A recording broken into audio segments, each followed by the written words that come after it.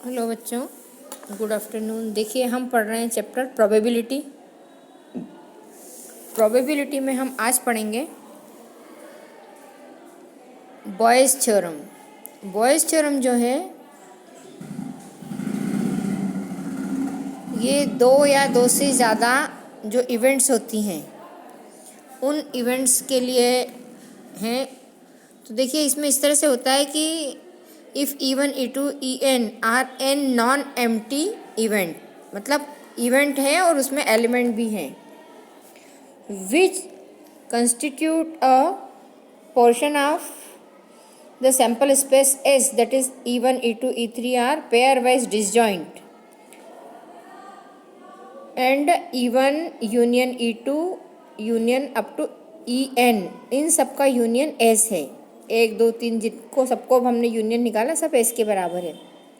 And A is any event of non-zero probability, then P E I by A, probability of E I by A equal होती है P E I into P A divided by E I divided by summation of J tends to 1 to N P E J P A E J, where I और J जो है वो 1 से N तक की संख्याएं होती हैं। ये इसका फॉर्मूला है। इस फॉर्मूले का यूज़ करके हम सवाल हल करेंगे। इसको मल्टीप्लिकेशन रूल ऑफ प्रोबेबिलिटी भी कहते हैं, और ये जो थ्योरम है इसको टोटल प्रोबेबिलिटी थ्योरम भी कहते हैं,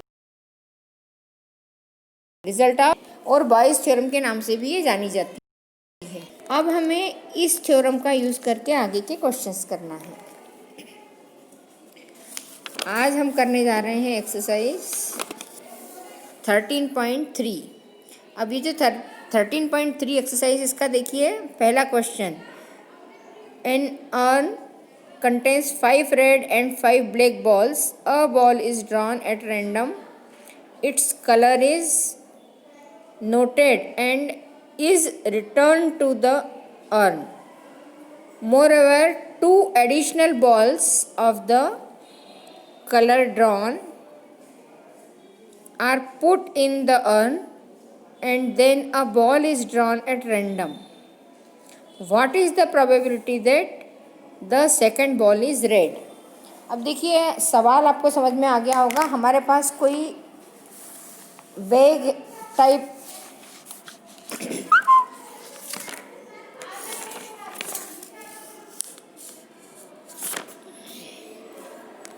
समझ लो, हमारे पास कोई बैग है जिसके अंदर 5 रेड और 5 ब्लैक बॉल हैं। 5 ब्लैक और 5 रेड बॉल हैं, मतलब हमारे पास टोटल 10 बॉल्स हैं।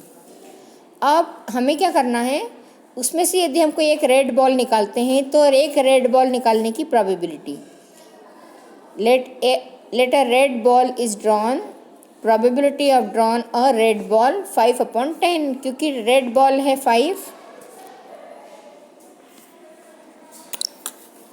और टोटल बॉल है हमारे पास 10, तो इसकी प्रोबेबिलिटी हो जाएगी 5/10 मीन्स 1/2। अब यदि हम इसमें से 2 रेड बॉल्स निकालते हैं, 2 रेड बॉल्स आर एडेड, तो हमारे पास टोटल बॉल हो जाएगी 7 + 5 12। अब ये जो 12 बॉल हो गई है, तो रेड बॉल हमारे पास 7 है, इसमें से हम कोई एक निकालते हैं तो इसकी प्रोबेबिलिटी हो जाएगी 7/12। पहले उन्होंने 5 और 5 दी थी, तो हमारे पास टोटल बॉल थी 10। अब 2 बॉल बढ़ा दी, रेड बॉल यदि बढ़ाते हैं तो प्रोबेबिलिटी हो जाती है 7/12। सेकंड कंडीशन, क्योंकि ये नहीं बताया गया कि जो 2 बॉल डाल रहे हैं वो ब्लैक है या रेड है, तो हमने माना कि वो ब्लैक भी हो सकती है और रेड भी हो सकती है। तो यदि रेड बॉल होती है तो प्रोबेबिलिटी 7/12 हो जाएगी, और यदि हम ब्लैक बॉल निकालते हैं, let a black ball is drawn, यदि हम जैसे ही हम निकालते हैं हमको एक काली बॉल मिलती है, तो ब्लैक बॉल आने पर प्रोबेबिलिटी एक ब्लैक बॉल निकालने की तो 5/10 होगी, क्योंकि हमारे पास में 5 ब्लैक बॉल है तो 1/2 हो जाएगी।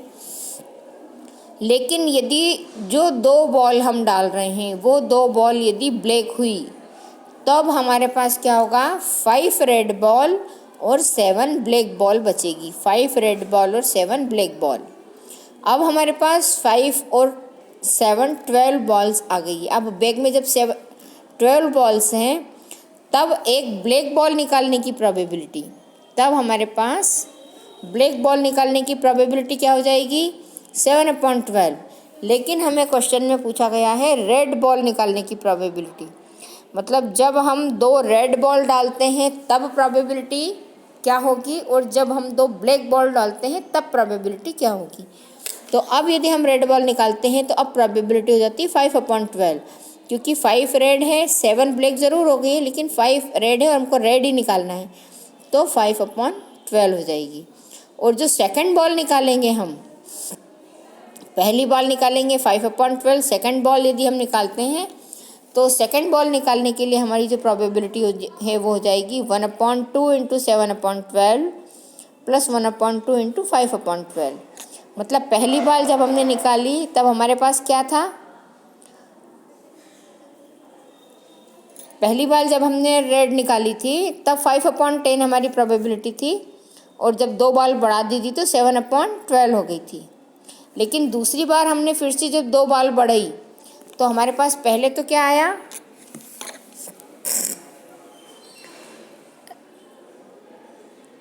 1/2 आया और रेड बॉल 2 बढ़ा देने के बाद भी 5/12 आया। तो इन दोनों को जब हमने हल किया तो हमको मिला 1/2। अब देखिए ये जो हमने किया है ये कैलकुलेशन, इस कैलकुलेशन का बेस है हमारी ये वाली थ्योरम ऑफ टोटल प्रोबेबिलिटी। इसमें PA बराबर है PE1 into PA/E1 plus PE2 plus PA/E2। तो इस वाली थ्योरम में PE1 और PE2 दोनों हैं 1/2। ये अपन लिख देते हैं यहाँ पे PE1 और PE2 ये है 1/2 और 1/2। फिर हमको चाहिए PA/E1, PA/E1 तो ये हमारे पास है 7/12। मतलब जब हमने 2 रेड बॉल डाली और हमारे पास बॉल हो गई 12 तब रेड बॉल निकालने की प्रोबेबिलिटी 7/12 है। लेकिन जब हमने 2 ब्लैक बॉल डाली और 2 ब्लैक बॉल डालने के बाद भी हमारे पास एक रेड बॉल निकालने की प्रोबेबिलिटी है 5/12। तो PE1, PE2, PA/E1 और A/E2 इस तरह से हमने ये रखा और इस वाली थ्योरम में इसकी वैल्यू रख दी। तो हमको जो बॉल निकालनी है रेड बॉल, उसके लिए यदि हम यहाँ पे लिख दें कि A is for red ball,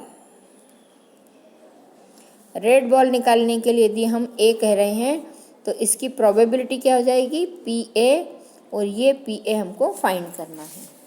तो ये PA हमने निकाला इस तरह से, ये आएगा।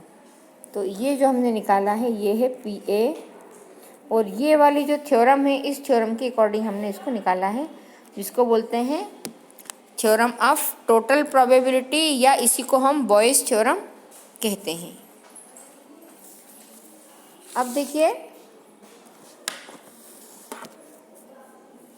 इस थ्योरम का यूज़ करके हम और आगे के सवाल करेंगे।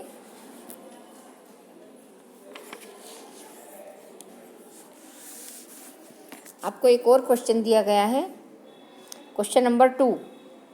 अ बैग कंटेन 4 रेड, देखिए ये भी बॉल का ही क्वेश्चन है, रेड और ब्लैक का। Contain 4 red and 4 black balls. Another bag contain 2 red and 6 black ball.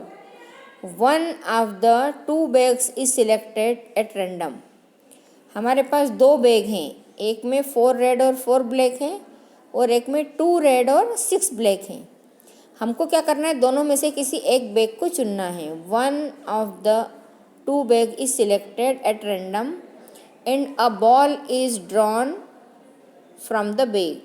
कोई दोनों में से कोई भी एक बैग लेना है और उसमें से कोई बॉल को निकालना है। Which is found to be red.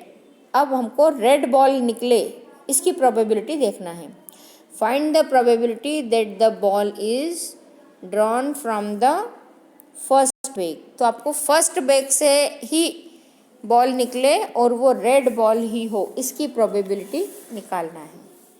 अब देखिए, हम यदि ये माने let E1 and E2 be the events of the selecting bags. यदि E1 पे हम फर्स्ट बैग को सिलेक्ट कर रहे हैं और E2 पे हम सेकंड बैग को सिलेक्ट कर रहे हैं, तब PE1 और PE2 ये हमारे पास प्रोबेबिलिटी होगी पहला बैग और दूसरा बैग लेने की। तो हमारे पास टोटल बैग कितने हैं,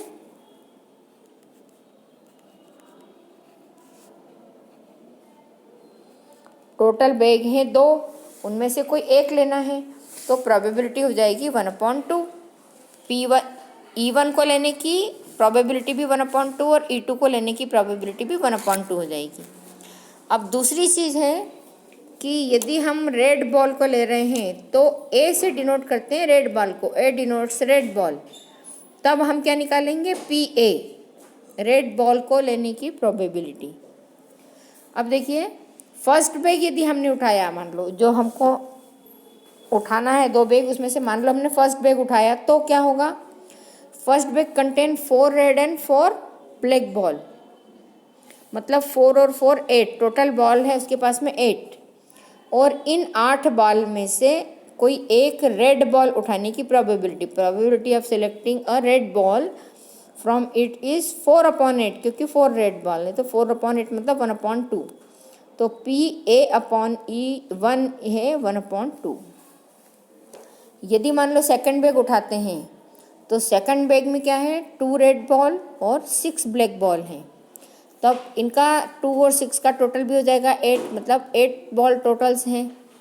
अब इनमें से एक रेड बॉल उठाने की प्रोबेबिलिटी, 2 रेड और 6 8 में से एक रेड बॉल उठाने की प्रोबेबिलिटी क्या हो जाएगी, PA/E2, क्योंकि बैग E2 दूसरा वाला लिया है और रेड बॉल है इसमें 2, तो 2/8, 2/8 मतलब 1/4। अब हमारी जो थ्योरम है, PE1A, पहले नंबर का बैग और उसमें रेड बॉल के लिए E1/A लिया हमने, तो इसका फार्मूला हो जाएगा PE1 × PA/E1 divided by PE1 × PA/E1 plus PE2 × PA/E2। अब यहाँ पे ये सारी चीज़ें हमने निकाली हैं। PA/E1 हमने निकाल रखा है, E1 E2 भी निकाल रखा है, PA/E2 भी निकाल रखा है। इन सब की वैल्यू हम इसमें रख देंगे। तो ये 1/2 और 1/2 तो PE1 और PA/E1 आ गया। और वही दोनों चीज़ें यहाँ हैं, तो यहाँ और यहाँ ये दोनों चीज़ें सेम रहती है। फिर 1/2 PE2 है क्योंकि दोनों बराबर हैं, और PA/E2 1/4 हमने यहाँ निकाला है। इनकी सबकी वैल्यू रख दी। फिर इसको हम हल करेंगे तो 1/2 का 1/2 में मल्टीप्लाई 1/4 भी 1/4 और 1/2 × 1/4 हो जाएगा 1/8। और आगे इसको हल किया तो इन दोनों का एलसीएम निकाला 8, और यहाँ आ जाएगा 2 + 1, यहाँ पर 8 है तो इसको डिवाइड करेंगे तो 2 + 1 3, 1/4 डिवाइडेड बाय 3/8। तो ये संख्या ऊपर से नीचे चेंज हो जाएगी, 1/4 × 8/3 हो जाएगी, और आंसर आएगा आपका 2/3। ये 2/3 आपका आंसर रहेगा। और ये वाली थ्योरम हमने लगाई है, ये आपकी हुई बॉयज़ थ्योरम है जो हमने अभी पढ़ी थी। इस थ्योरम को आपको याद करना है और इसके ऊपर आधारित क्वेश्चंस जो हैं वो हमें करना है। अब देखिए, हमने कल जो एक्सरसाइज के सवाल किए थे, उस एक्सरसाइज के सवाल में से यदि कोई सवाल आपको नहीं आ रहा है तो आप पूछें।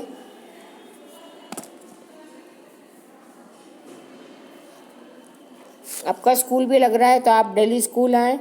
जिन स्टूडेंट्स ने फ़ीस नहीं भरी है वो फ़ीस भरें और नियमित रूप से आकर क्लास में साथ साथ पढ़ाई करें। जब आप क्लास में आते हैं तो अपना सहमति पत्र भी लेके आएँ और पढ़ाई करें। अब देखिए, ये जो प्रोबेबिलिटी का चैप्टर होता है, इसमें जो क्वेश्चंस होते हैं वो क्वेश्चन ज़्यादातर इस तरह के होते हैं, ताश के पत्तों से संबंधित। तो ताश के पत्तों की पूरी जानकारी आपको होनी चाहिए।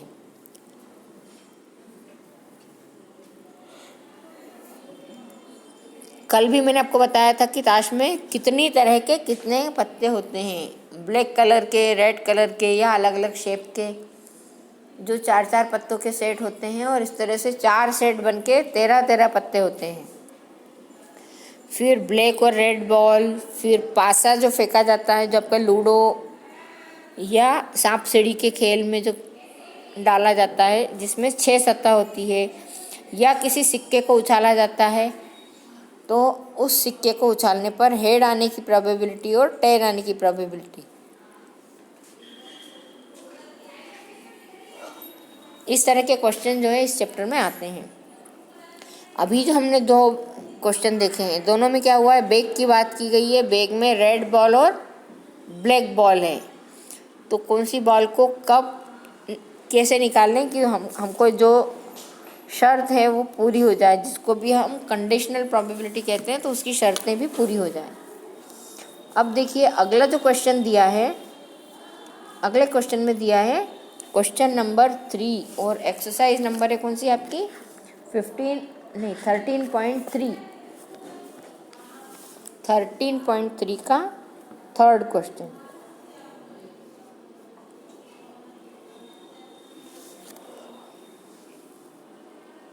यहाँ पे आपको कहा है, आप the students in a college, it is known that 60% reside in hostel and 40% are day scholar. Not residing in hostel, previous year result report that 30% of all students who reside in hostel attain a guard of 20% of day scholars attain a grade in their annual examination. इसमें आपको क्या करना है कि जो percent में सवाल दिया गया है, तो आपको परसेंट को हल करके सिंपल बनाना है। तो आप क्या करें, जहाँ 60% दिया है वहाँ पे 60 डिवाइडेड बाय 100 कर लेना, तो परसेंटेज जो है वो आपका डेसिमल में चेंज हो जाएगा। 60% का हो जाएगा 0.6, फिर 40% का हो जाएगा 0.4, 20% का हो जाएगा 0.2, 30% हो जाएगा 0.3।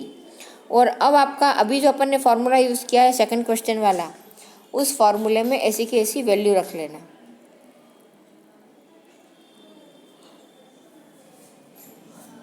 ये सवाल आप करने की कोशिश करना। अब हम करते हैं question number 4।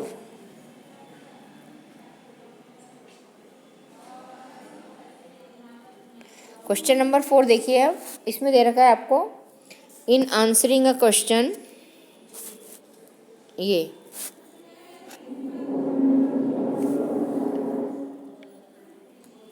In answering a question on a multiple choice test a student either knows the answer और गेसेस। मतलब जब कोई कॉम्पिटिटिव एग्ज़ाम होती है तो बच्चे क्या करते हैं, मल्टीपल चॉइस के जो क्वेश्चंस होते हैं उसमें से जितने के उत्तर आते हैं उनको तो सही दे देते हैं, पर जब नहीं आते हैं उत्तर तो गैस करके अंदाज से कुछ भी लिख देते हैं।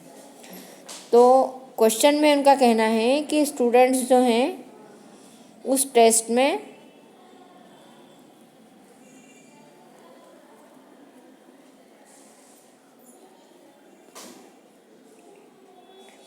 3/4 स्टूडेंट्स ऐसे हैं जो कि आंसर जानते हैं, लेकिन 1/4 ऐसे हैं जो कि गेस कर रहे हैं, मतलब अंदाज से हैं। तो आपको ये बताना है 3/4 be the probability that the knows the answer and 1/4 be the probability that he guesses, assuming that a student who guesses at the answer will be correct with probability 1/4. What is the probability that the student knows the answer given that he answered it correctly? तो आपको इसकी जो probability निकालना है वो ये निकालना है कि स्टूडेंट जो आंसर जानते हैं और उन्होंने जानने के बाद सही उत्तर दिया है, जानने के बाद सही उत्तर देने वाले बच्चों की प्रोबेबिलिटी हमको फाइंड करना है।